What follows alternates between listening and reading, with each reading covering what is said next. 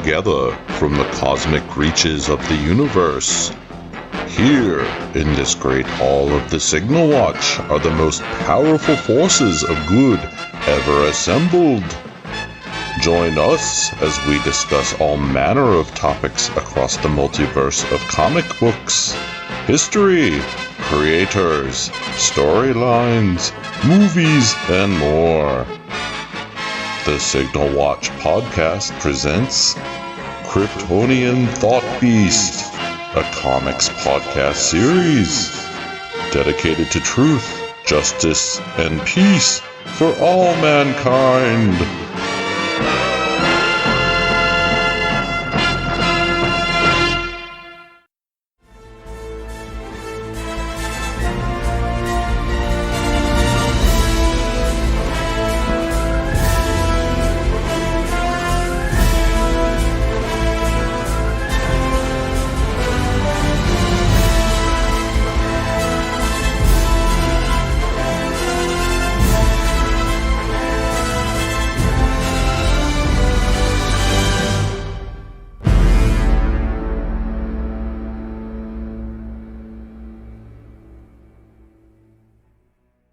Alright everybody, and welcome back to the Signal Watch. As always, I'm your host, Ryan Steens. This is going to be, I think, a short podcast, and I'm going to go ahead and tell everybody this will be spoiler-laden. It's a fairly new movie, so if you have not seen it yet, this is not how you want your intro. So, Jamie, we are talking about what? Spider-Man...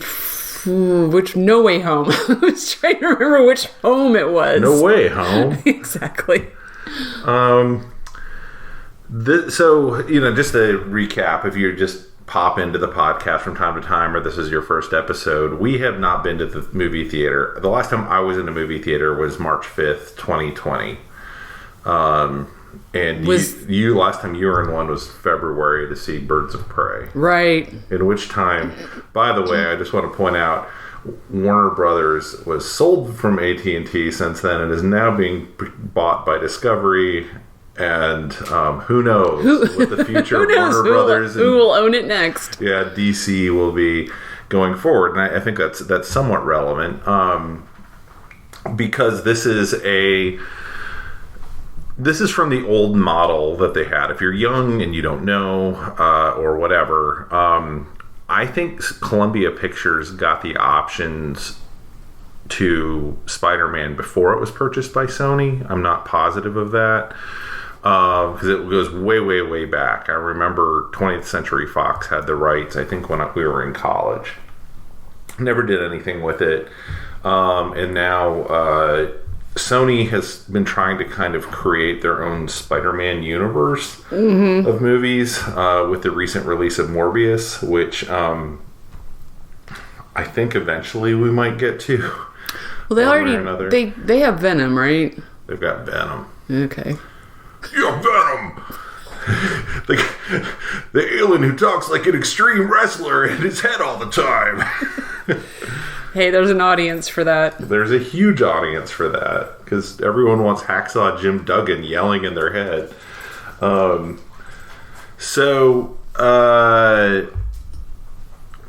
Anyway, No Way Home is the third installment from Sony, and of course, famously is starring Tom Holland. Did Sony own Spider-Man when Tobey Maguire and Andrew Garfield did it? I believe so. Okay. I think they knew to rush stuff into production at that point. So, anyway, so we're a little distracted because our dog just walked in here and he's literally pawing at Jamie for attention right now. So, yeah, I think they did own it. I think all those movies are Columbia Pictures and Sony.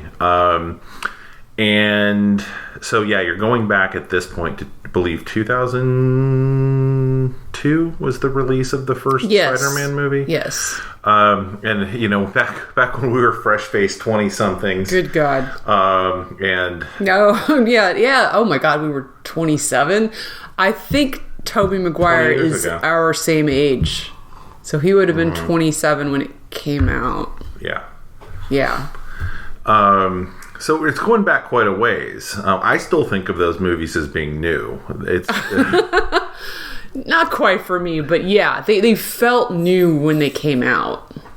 Like they. Okay, I'm not explaining myself very well. I have dialysis brain today, so you have to pardon me. They felt different. They felt like, I mean, of any like superhero movie that had come out. Wait, did the X-Men movie come out before then? X-Men had. Oh, crap. In 2000. Well, no, but I think this is a good point. That blows my point. I don't think it does at all. Okay. I think X-Men was a fascinating shot across the bow to the movie industry, that you could do this and it didn't need to be camp. Yeah. And in 2002, then Spider-Man, which they really struggled with trying to figure out like how they were going to do Spider-Man from a technical perspective, and I just suddenly had the thought, if he has to go to the bathroom. Hey, buddy, come on, bud. Andre, come here, friend. So I think that there was this shot across the bow from X-Men in 2000. No one knew quite what to make of it. I mean, you really are talking about, like, you'd had Superman in, like, 78, Superman 2 in, like, 80, and then you'd had Batman in 89, and Batman Returns in 92. Yeah. But most of the rest of the stuff that was tucked in around the edges at this point was pretty campy. I mean, clearly... and then the Batman franchise, started going downhill and embracing the camp in a bad way. I mean, yeah. I mean, that's what Gen X believes. If you go to the kids, correct. They're now like, why? These are perfect movies. These are what I grew up with on VHS. A Kiss from a Rose is an excellent song we should all listen to over and over. So you really do get to this point where I remember X-Men was coming and could not believe what I was seeing in trailers, because it actually looked like the comics. Mm-hmm. And then you jump to Spider-Man, which absolutely looked like the comics. Yeah. I mean, Green Goblin, of course, looked very different, which is something that this movie actually tries to address a little bit in its way. I guess I shouldn't have said new. I guess I meant fresh and more faithful to the comics. Yeah, I knew that's where you were going. Yeah. So... I mean, I agree, obviously. I think that, then we had Spider-Man 2 and then Spider-Man 3 in this particular case. I don't know if it killed the franchise. I think Tobey Maguire kind of got crosswise a bit with Sony in some ways. Well, he was aging out, too. I mean, maybe. I wish I aged the way Tobey Maguire is. Sure. But he was in his 30s at that point. Yeah. So they stopped making those. It wasn't too long before we had the Amazing Spider-Man series. It was very shortly after that. I was shocked at how quickly it came back. Yeah. But hey, they've been rebooting Batman every 2 years. So yeah. I mean, I used to think once a franchise was over, you had to wait 10 years to clear the public consciousness. Yeah.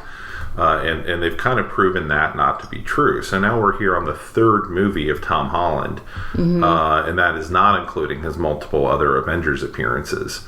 Right. So he's been really keeping busy with his Marvel work, and I believe this one made like $1 billion at the box office. It did.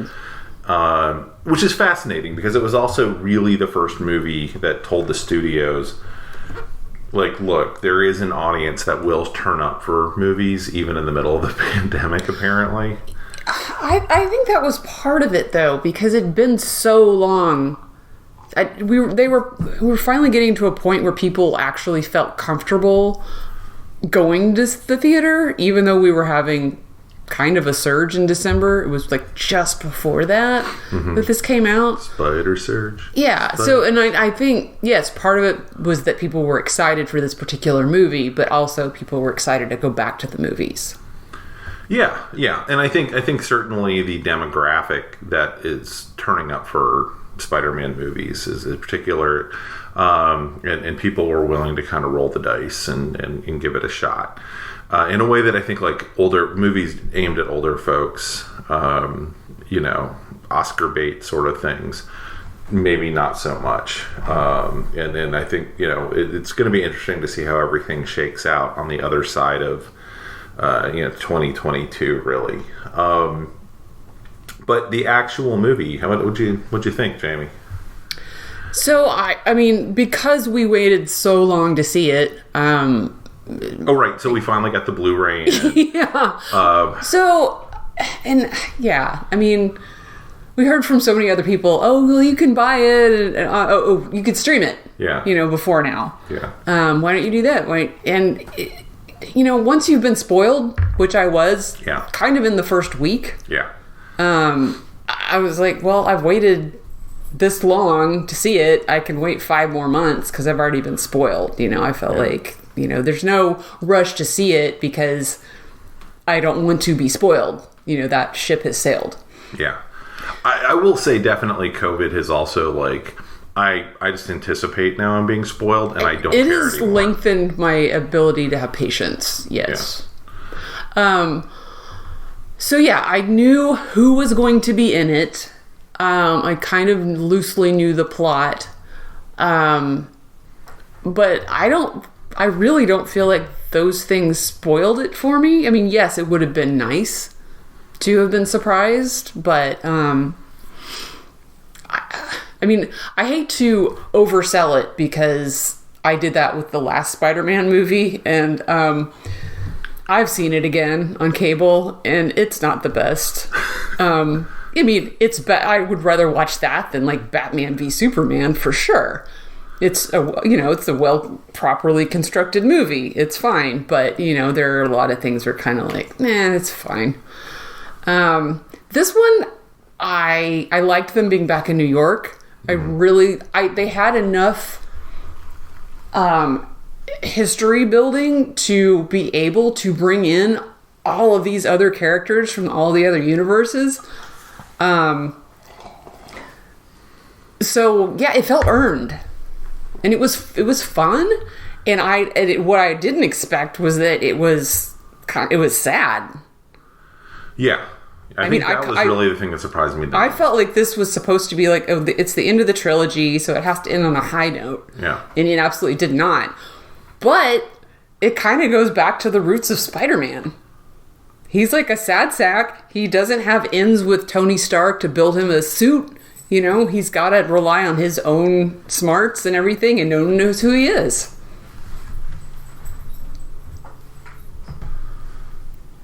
I'm done with my thoughts, so... Okay. So I agree with you. It does those things. It brings him back to the movie ends with landing him somewhat in the place that I wanted Spider-Man to be in always. Mm-hmm. It gives him a lot more perspective.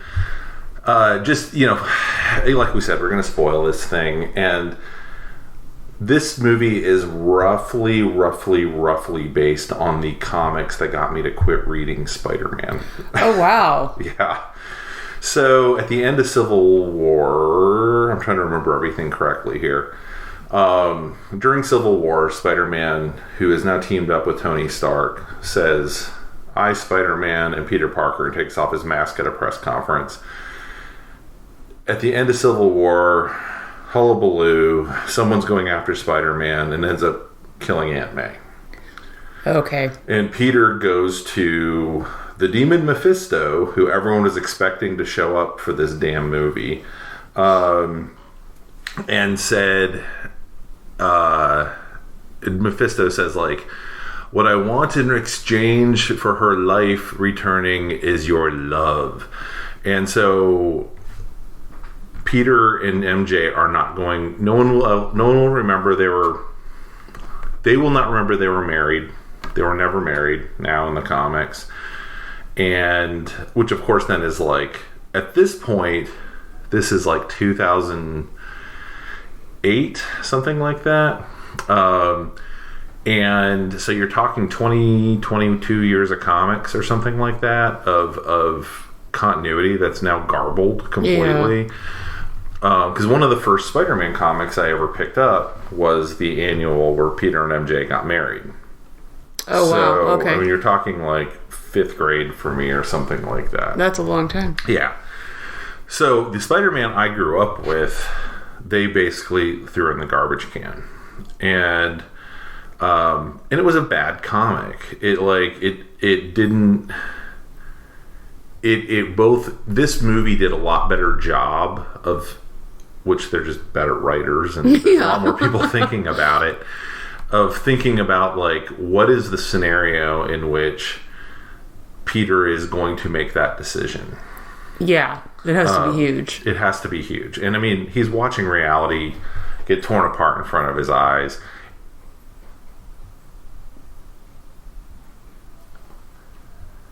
Dude. Sorry. So anyway, I just bought it a whole lot more on this go around of this is this set of circumstances, and I still don't think it's perfect.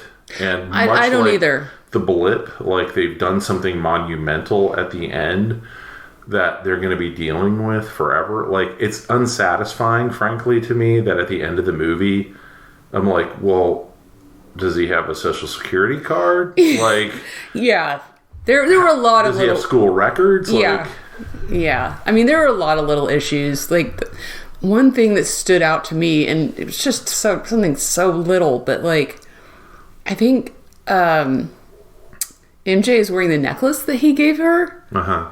Which is supposed to be very meaningful, you know, in that scene, but it's like, where does she think it came from? Part of this whole thing of like, well, their memories are wiped and they're rewritten, and you know, that doesn't bother me as much. It's all the like practical stuff of like, well, you're gonna have email from a Peter Parker, and everyone is gonna have evidence. Yeah. And so I felt like it was frankly kind of lazy at the end. Like, and I don't want to bag on the movie because I enjoyed 99.5% of it. Right. But it ended... I don't want to be thinking about that shit at the end of the movie. Mm-hmm. Of, well, how did he get a lease? How does he prove he has credit? How does he have any money? Yeah. What is the job he has? Mm-hmm. And it's like, you can show him with the GED book and all this stuff, but it felt to me like there were smarter ways to do all of that, like, after. Like, I was like, okay, they kind of nailed this kind of coming up to the point of him making the decision. And then I was waiting to see kind of what the loophole was going to be that they would have, like... And it was like they could have left it that everyone knew who Peter Parker was. They just didn't know he was Spider-Man. And instead they made it so no one remembered Peter Parker. Well, even if you want to go one step more drastic, just to have everyone forget about Mysterio, is that his name? Mm-hmm. Like, that would have been much easier. It would have actually been way... That's actually... Yes, Jamie. I can't take credit for that idea. Oh. I saw that online, but I thought it was smart. Yeah. No...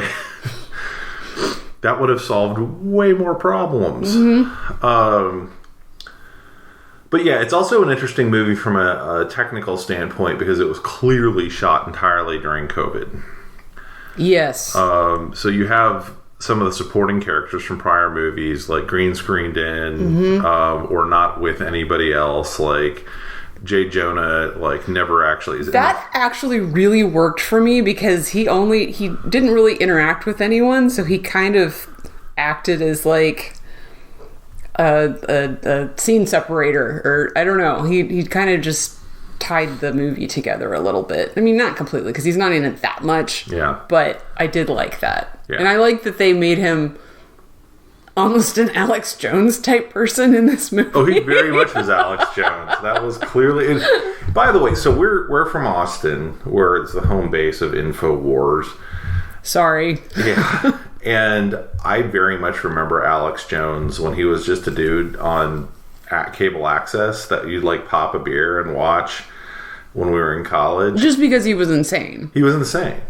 And he was like a local... And then he became dangerous. And then he like got an AM radio show, and it's like been this crazy road ever since. And can't believe you people take him seriously. I used to watch him, like, you'd see him at restaurants and stuff. Yeah, he was always like, oh, this is the black helicopter guy. Yeah. He was this, like, crazy man baby who lived in town. Anyway, and then he was, like, talking to the president, and I was just like, what is going on? That's how I knew we were in the worst timeline. Yeah. So, anyway. I'm just guaranteed we're going to get absolutely piled upon by InfoWars. But if we have more than 20 listeners, maybe it's going to be good for listenership.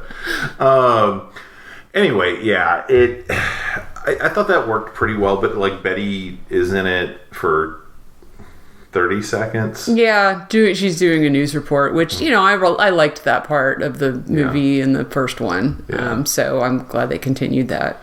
And I heard Flash, like, if you notice, like, Flash is never in the same room with people either. So, like, he's always in, like, cutaway shots. He's never, like, in the same shot with them. Interesting. Yeah. Yeah. So, I mean, they do have crowds of people. They have a crowd in the beginning. They have a crowd in the school. Mm-hmm. But I still remember in Shang-Chi, when in the extra stuff, where they're like, oh, these are all mannequins that we dressed. So I don't trust anything anymore when I'm watching a Marvel movie. I don't remember that. That's when they go to the fight club, like, oh, right. Yeah. Apparently, a whole bunch of the crowd was. No, that's definitely a possibility. Yeah, or or everyone beyond the first row could be CG. You know. So anyway, yeah, it did have definitely some technical things that happened, and we watched the Marvel's always has their quote-unquote blooper reel, which is never actually a blooper reel. No, I mean, I actually enjoyed this one more than usual. Usually it's like 2 minutes of people dancing now. Yeah. It's not actual bloopers. I need a Smokey and the Bandit style blooper reel. Yes. I need people swearing, and I need... Well, they gotta keep it PG for the kids. I guess that's true. But yeah, anyway, but you do see like a ton. How much of that movie? Like, it finished, and Jamie's like, "Oh my god, there's 15 minutes of credits," as there always are. There always are, yeah. But it had been a while, I guess. Right, and so it's like, oh wow, yeah, right, because like 90%, like scenes that don't need to be CG or CG, it's like you could tell the shots were like there's a hallway behind them or something if you remember the shot. And it's like, but they're shooting in front of a green screen, so I don't know how this thing was made. I can't imagine. I read somewhere that they had really hoped to use the schematics from the design for Doc Ock from Spider-Man 2, and they couldn't find them. So they had to just do that completely from scratch. So there was some stuff that they had extra work to do that would have made it a lot easier. Oh, yeah. Yeah. But I don't know if they just got rid of them, and I don't know. Someone dropped the ball. Well, I was going to say, you're not thinking about archiving stuff, properly. Yeah. That's going to be the difference between like a movie that's made at Disney versus a movie made at other studios. Yeah. So I can see how the Disney people would have assumed we have an archive. You guys keep all that stuff, right? Yeah. But yeah, so I mean, that was. I can't tell you the number of times watching this movie I was like grinning, like while it was rolling, and I feel a little bit like if I were a more cynical person, it would have kind of pissed me off. Yeah, like, oh, you're pulling certain threads, you're pulling at certain heartstrings, but I feel like the movie was totally sincere about it, and I think a lot of that came out of. They earned what they did with the story, in that, one of the things that was always really rough watching superhero movies in like the 80s and 90s and into the first Spider-Man movies was they'd always kill the villains because people expected villains to die in a movie. Mm-hmm. And that's not what superheroes do. I loved that twist in this. Yeah. I absolutely loved it because you never see that. You're right. Mm-hmm. And also, I mean, I think a lot of the Marvel movies, the worst parts of them have been they don't generally have strong villains. And every single one of these, I didn't see the second Amazing Spider-Man, so I don't know about that one. But, I mean, you bring back some of the greatest villains and actors that have ever been in superhero movies for this movie. You also bring back the other two Spider-Man. I'm going to just pluralize them. Spider-Man. And, you know, think what you will about those movies. I don't know if you like them or not. But they clearly were having the time of their lives. They were so happy to be back. Yeah. You could see just everything they did. It was so clear how happy they were. And that made me happy. Yeah. I mean, one of my favorite superhero movies is Spider-Man 2. Like, for a multitude of reasons. And, you know, not least among those is the portrayal of Dr. Octopus by Alfred Molina. And, it was a damn shame. I mean, it was heartbreaking when his character dies at the end, right? It is, yeah. And, you know, you have been kind of like watched as he's not been in full control of himself. And it's this fascinating thing. That's one of the things that seems so much smarter about superhero movies now than 20 years ago is they have the presence of mind to go, well, but these villains aren't making a conscious decision. Something happened to all of them.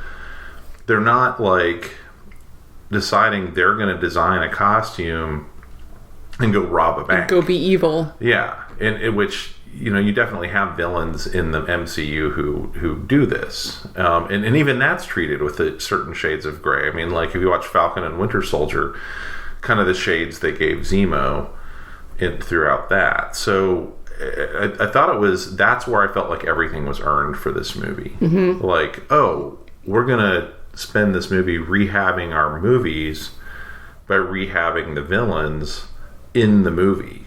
Yeah. I really enjoyed that. And therefore rehabbing the Spider-Man too. Like, I mean, I did not see the second Amazing Spider-Man, but apparently Gwen Stacy dies falling off the bridge or wherever, and he failed to save her. Yeah. But in this one, he gets to save MJ. And I knew the second he jumped off after her that he was going to get her and what was going to happen. And it was still very rewarding.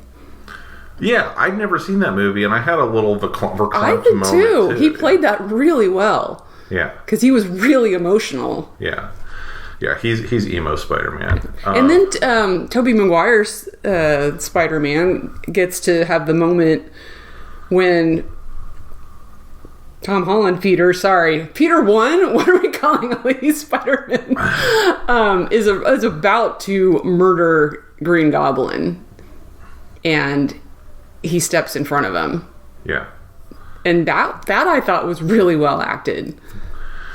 Yeah, it's fascinating to see the kind of stuff that happens over 30 or 40 years in the comics play out in the movies of some dissatisfaction with something that happened in the comics from, you know, over the years from the readership and the creators, and at some point someone comes along and decides they're going to find some spin on it or correct it somehow or alternate timelines as we're doing here.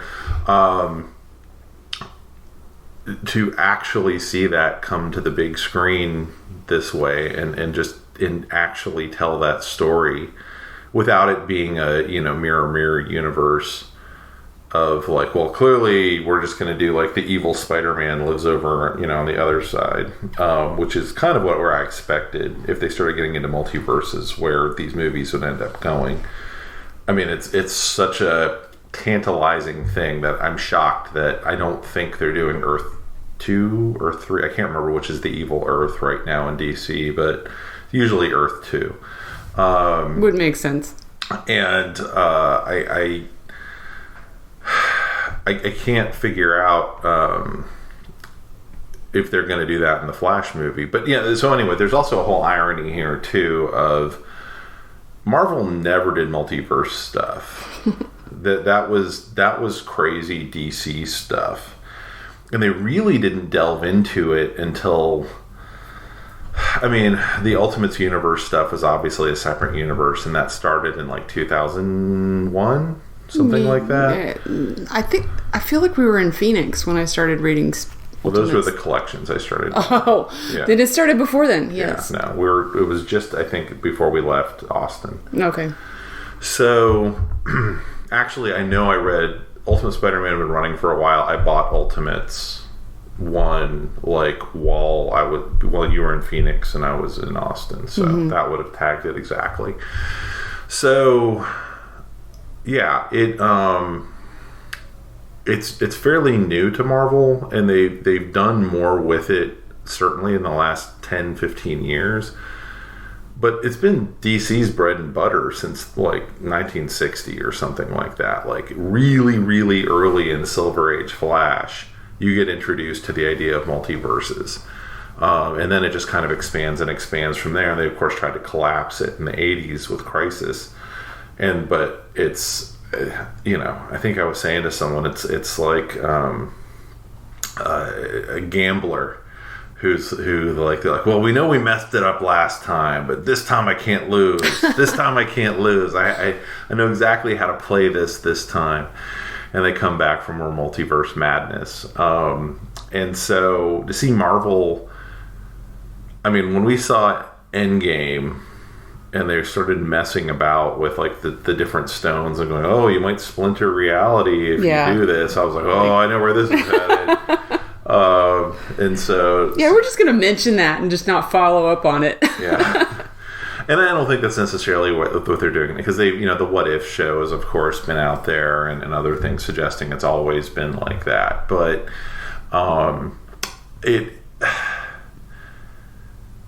Flash Flash has been in pre-production for 6 or 7 years, really, since like before Justice League. Jeez. And they've just never, and now it's been delayed for another year. Mm-hmm. And I mean, I know I was seeing stuff shot for that Flash movie, I want to say at the start of COVID. So I mean, I'm making a face here, Jamie, of like utter disbelief of I can't believe DC is going to be falling this far behind. You're going to have all of this Marvel multiverse stuff. Well, with the concept that they like started. Yeah. And there's no guarantee they're going to do it well. They probably won't. Right. And you're not going, and you know they're going to get everybody for like a little bit, but it's not going to have the same impact because it's probably going to be the Flash running around and meeting person. Yeah. Versus like they told a coherent story here. Well, usually when they do stuff like this, it is just a cameo. Right. I mean, that's what happened on the Crisis on the CW shows. Yeah. I fully expected Tobey Maguire and Andrew Garfield to be in this for 5 minutes. And that they had such a strong part in it. I mean, there were strong shades of Into the Spider-Verse in this. And that is a feature, not a bug. I mean, there's room in this world for both of those things to exist. Well, and there's nothing that says it's not all the same thing. I mean, this directly kind of suggests this is all the same thing, right? Yeah. So, yeah, I mean, I look forward to, frankly, what I assume will be the eventual arrival of a Miles Morales and a Spider-Gwen, in this universe. But it was also interesting to see the things that, like, I kind of got the feeling there'd never been an Uncle Ben in this universe. It never even occurred to me that, could have been. He was never mentioned. That I could remember. And I mean, I understood, like, okay, they're avoiding, like, but it always felt a little weird that they never got in. But using Aunt May, who you actually had set up for 2 movies for that. That was something I did want to talk about. One, I loved that she was used so much in this. Mm-hmm. And she did a fantastic job. She got to kick ass. Well, she's Marissa Tomei. I know. But she got to do a lot of good stuff. And she started the Great Responsibility line. And I had just a moment of, oh, it's too much. They shouldn't go there. Mm-hmm. And she just knocked it out of the park. Mm-hmm. She killed it. Like, it worked. It worked so well because then they got to reference it again at the end. And, tie all the Spider-Men together. I do like that you keep saying Spider-Man. I'm not going to stop. Because I guess Spider-Man's is weird. It is. It's more weird. But yeah, she was great. I thought that whole thing was totally earned. It put a huge punctuation That mark. was not expected also for me. That was a surprise. I hate to say that it had been kind of spoiled for me. So... I'm shocked that I was not spoiled on that one, but... Yeah. But yeah, the weight of her passing has the same weight that we're always kind of... there's almost a kabuki aspect to Uncle Ben dying in the movies, right? I mean, you know it's coming. Yeah. It can be emotional. But it always happens so early that you don't even really get to know him before it happens. Yeah, because they got to get on with the rest of the spider business. And Aunt May's been in how many movies now? Mm-hmm. Like, not just the Spider movies, but also other ones. Yeah, I mean, she was in Captain America Civil War. She was in Civil War. And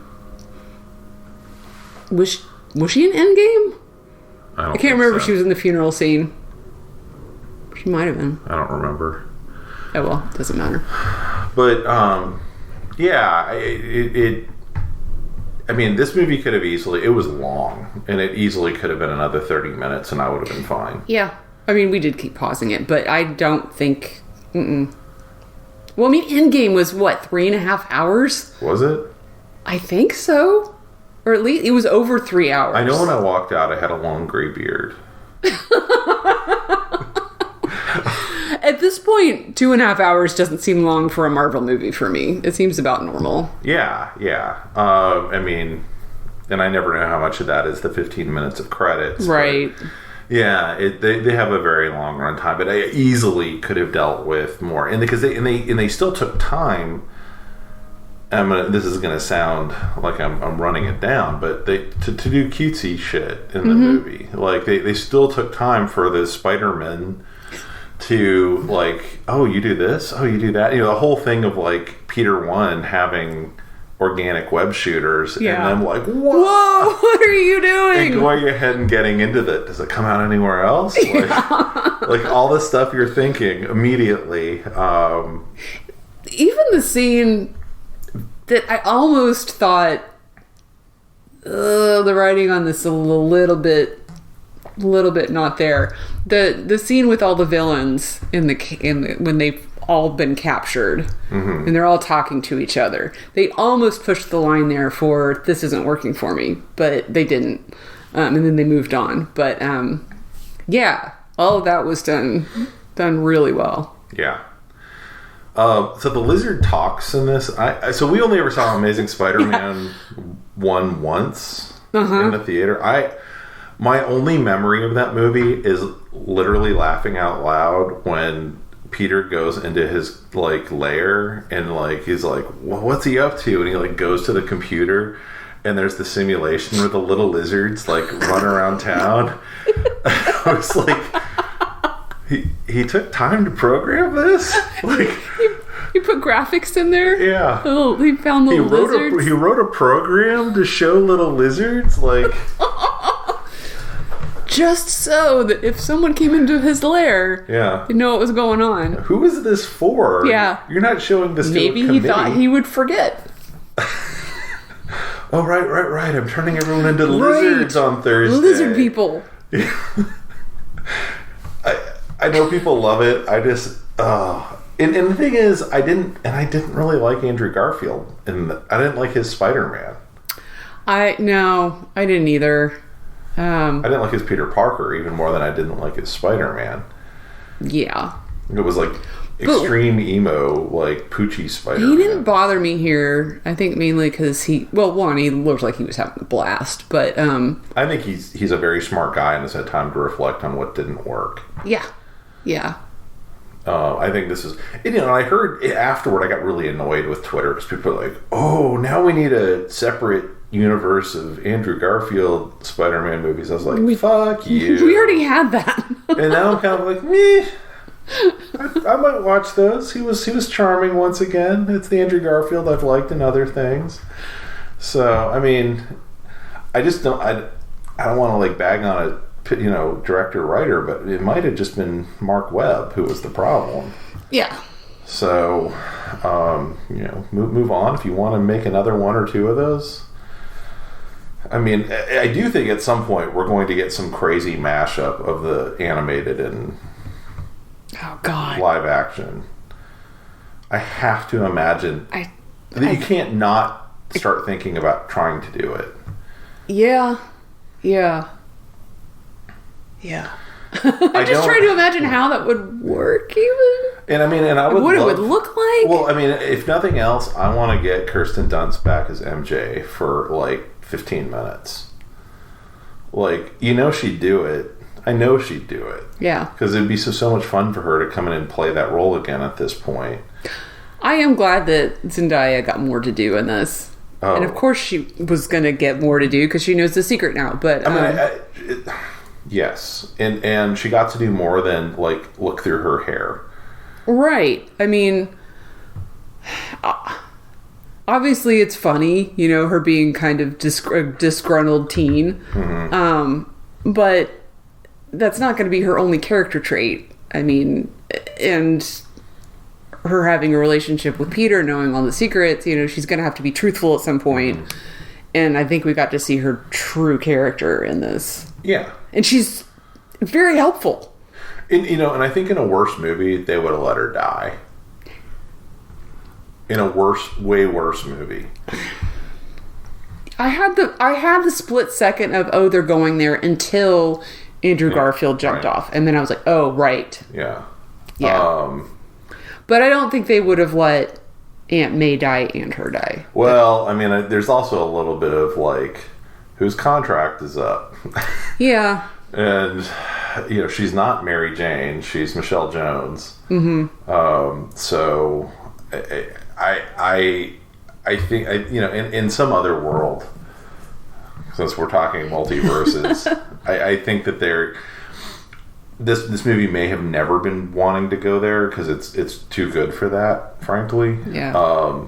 But I'm sure it got floated of, like, what's a shared tragedy all of them could bear witness to, and it's like, what, that's not driving the story forward.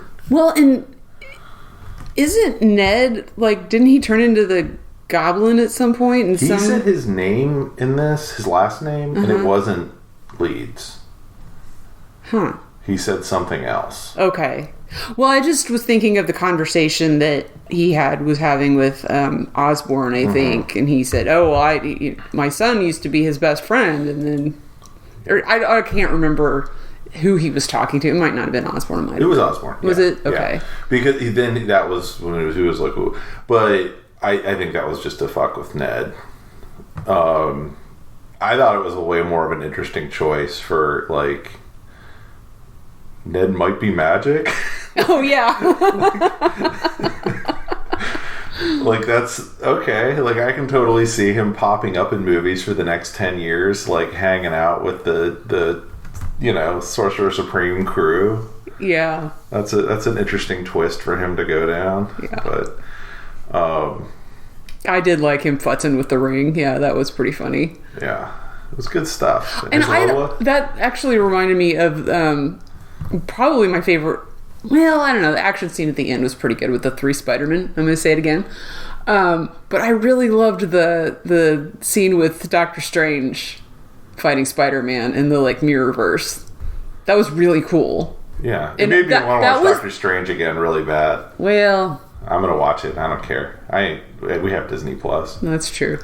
But it was the time in the movie that I most wished we were watching it on a big screen.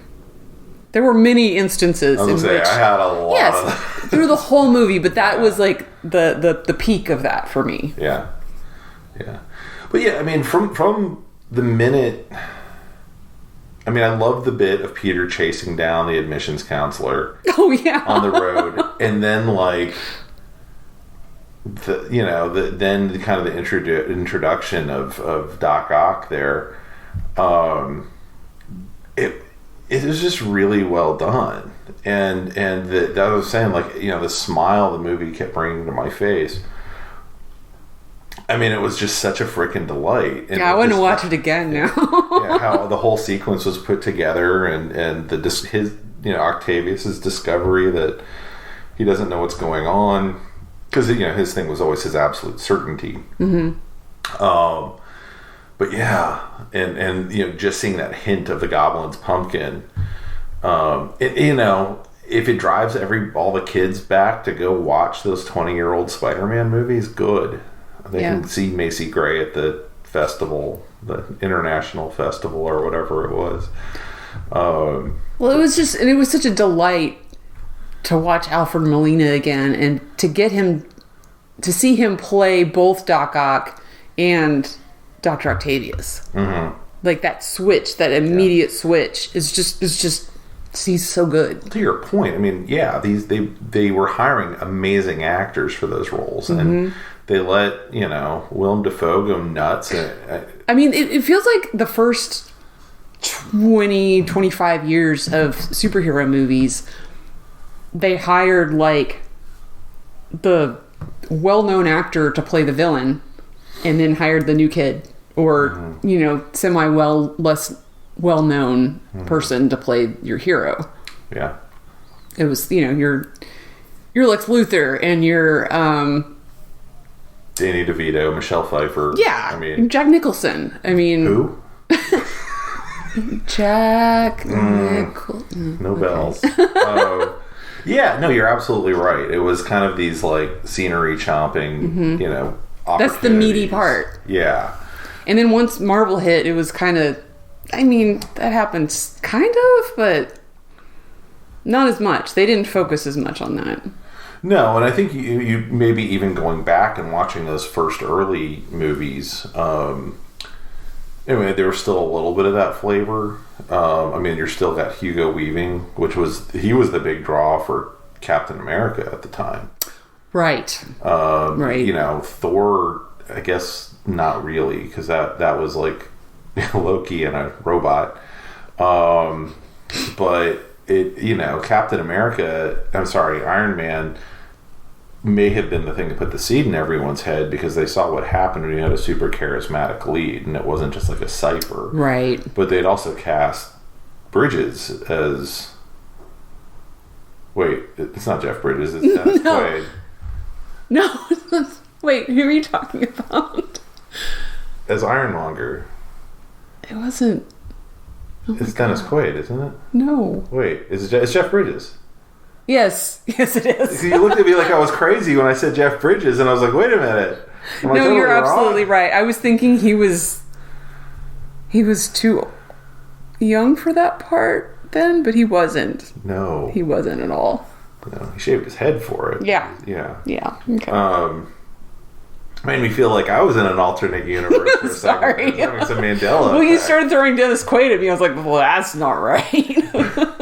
Well, when I was a kid, I used to get them confused. Really? Yeah. Huh. All the time. I did not know the difference between Jeff Bridges and Dennis Quaid until like college. Weird. Okay. Yeah. So, if you told me Dennis Quaid was in Tron, I would be like, yeah, that sounds right. So yeah, it's interesting to see those guys all come back. Jamie Foxx is, of course, an Academy Award winning actor, mm-hmm.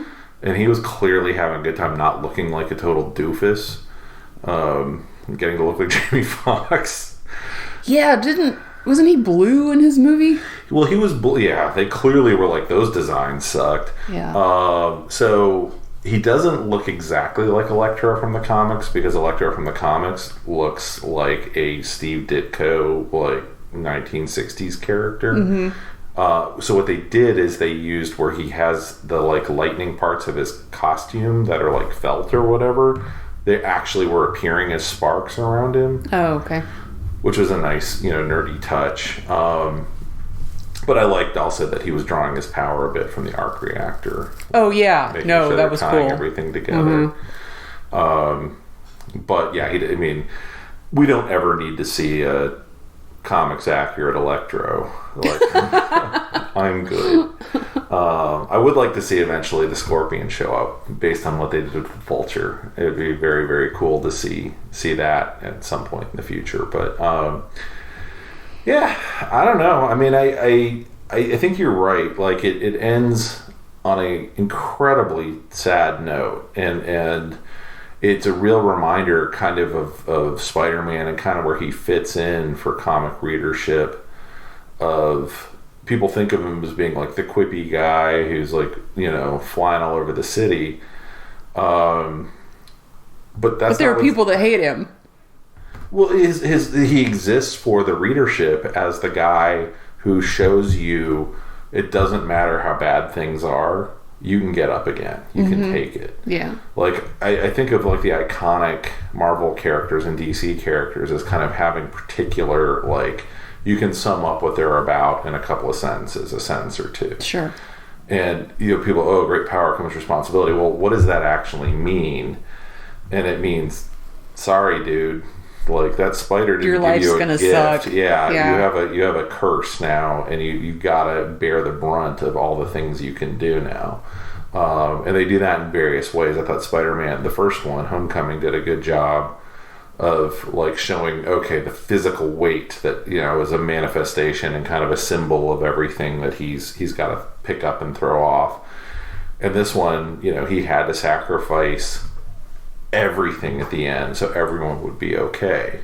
And, you know, occasionally in the comics they'll do something really smart of various characters acknowledging what, because in the superhero universe, Spider-Man isn't treated as a joke by the other heroes, but he's also on his own. Like, he's not an Avenger, he's not, you know, this, that, or the other. So he's the friendly neighborhood Spider-Man. He's the friendly neighborhood. So there was recently an issue, I guess, where Emma Frost from X-Men met Spider-Man. And it's like 2 panels, and it's like almost tear-jerking of her going, oh my god, you were just a boy. Like, because she reads minds. So she doesn't even ask him. Because it's Emma Frost, so she just goes in there. And like her then immediately hugging Spider-Man. And you're just like, oh man. That dude needs a hug, yeah. Yeah. And so, I mean, I think that's you know, you put on your fiction suit of superheroes as you're reading them when you're a kid. And I think that's really where Spider-Man fits in of, keep going, dude. So, yeah. Golly, there was one other thing so then it ends, you know, I talked about in the other Spider-Man podcast how it kind of bugged me. And we talked about this at the very beginning of this one of like, oh, he's got all the Tony Stark stuff. Right. And da-da-da. Mm-hmm. And to see him actually show up in a handmade suit. That is kind of a mix of the other 2 Spider-Man outfits. Mm-hmm. And just going like, yeah, now we're finally, we're there. Like, he doesn't have the backing of Stark or the Avengers or any of that. So I'm very curious to see what Sony decides they're going to do. I mean, I know the continuation, they're going to want to continue with the Marvel relationship. That's financially beneficial. Yeah. But also, I'm sure they're thinking about what they can do for their own standalone stuff. Because they also made it clear that Venom does not exist in that universe, which was a question before. Yeah, he's in the first end credit sequence. Yeah. So is he going to pop up in the Andrew Garfield movies? Like, I don't know how he fits in, or how any of this is going to work. But I mean, I think it's totally fair to have. Oh, this is the Andrew Garfield timeline. This is the. Oh, question for the comments section for whoever saw this in the theater: was the second credits sequence the trailer a full trailer for the Doctor Strange movie? I had a theory that they put that in the Blu-ray and that it was maybe just a short version of that or something, or a scene or something. Yeah. So what was it? Yeah. Question. You got anything else to say about the Spider-Man? I don't think so. It was worth the wait. Yeah. So I guess Batman is coming out this weekend. What? On HBO. Is it really already? Yeah. Oh, okay. Batman. The Batman. I thought you were asking me what's the next Marvel movie. What's the next? Clearly Doctor Strange. Yeah, it's Doctor Strange. Which I'm actually really looking forward to. Yeah. Sam Raimi's we have to go watch the latest episode of Moon Knight. Oh, Daredevil was in this. Yes, he was. And, that I was not spoiled on. You were spoiled on that. Yes. Yeah. I loved Charlie Cox as Matt Murdock. Oh, and he had like maybe 5 minutes here, and he was great. He was so funny. It was so perfect. Freaking spot on. I mean, he clearly knows the character, but the whole thing of, I'm a great lawyer. Yeah. Oh, so like, good. End scene. Good night, everybody. And so I read a thing. Part of how I knew he'd been in it was he heard people were having a massive reaction in the theater to him appearing, so he snuck into some theater to go see it. He's like, not a sound. No one reacted at all. Are you kidding me? Up. He's like, well, maybe they were spoiled. They may have been. I mean, it could have been. Yeah, he saw it much still later. Still, though, you'd think. Yeah. I think there would be more. That's disappointing. And I've heard, from people who've seen it. I was talking to Stuart about it a little bit, and he said, I was talking about some of the different sequences, like when Andrew Garfield first shows up and whatnot. Oh my god, that was funny. Of the audience reaction to seeing his face, and I knew he was supposed to be in the movie. I knew Tobey Maguire was supposed to be. I don't know what the general populace knew when they showed up for the movie, but I think they managed to maybe keep it a secret for a few days or maybe a week, which for something like this is amazing. Yeah. That it didn't get spoiled ahead of time. Yeah, and I mean, I didn't get it fully spoiled that Marissa Tomei would get killed, Aunt May would get killed, but I suspected from reading around what people were saying. So people have been better than... I mean, when the Star Wars movies were coming out, I had to get off Tumblr. Yeah. Because I woke up the day after it had its midnight release and saw screen captures of the end of Last Jedi on my computer. Well, and we had tickets for Wait, was that why you bought tickets for 8 a.m. or something?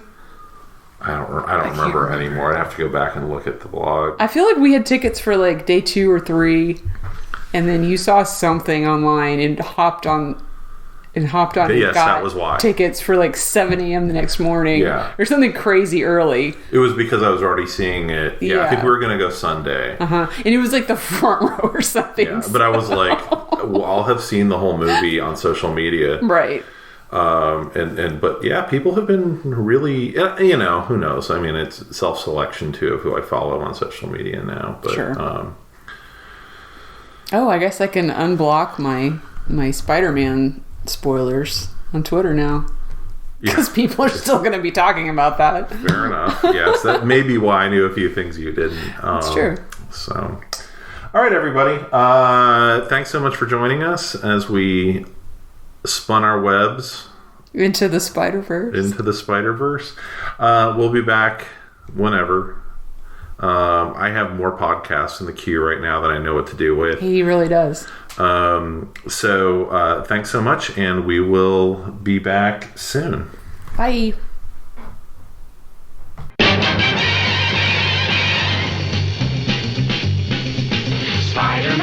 Spider-Man does whatever a spider can.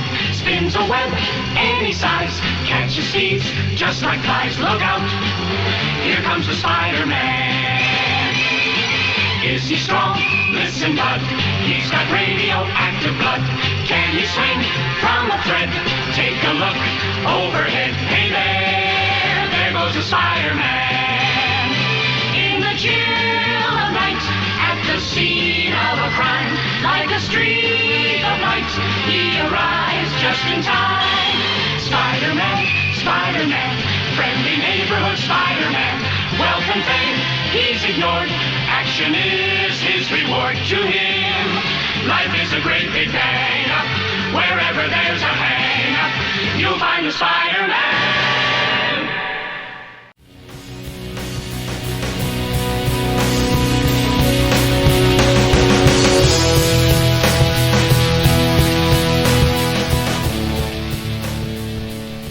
That about wraps it up for this edition of The Signal Watch, a production of the League of Melbotus. Thanks for sticking with us.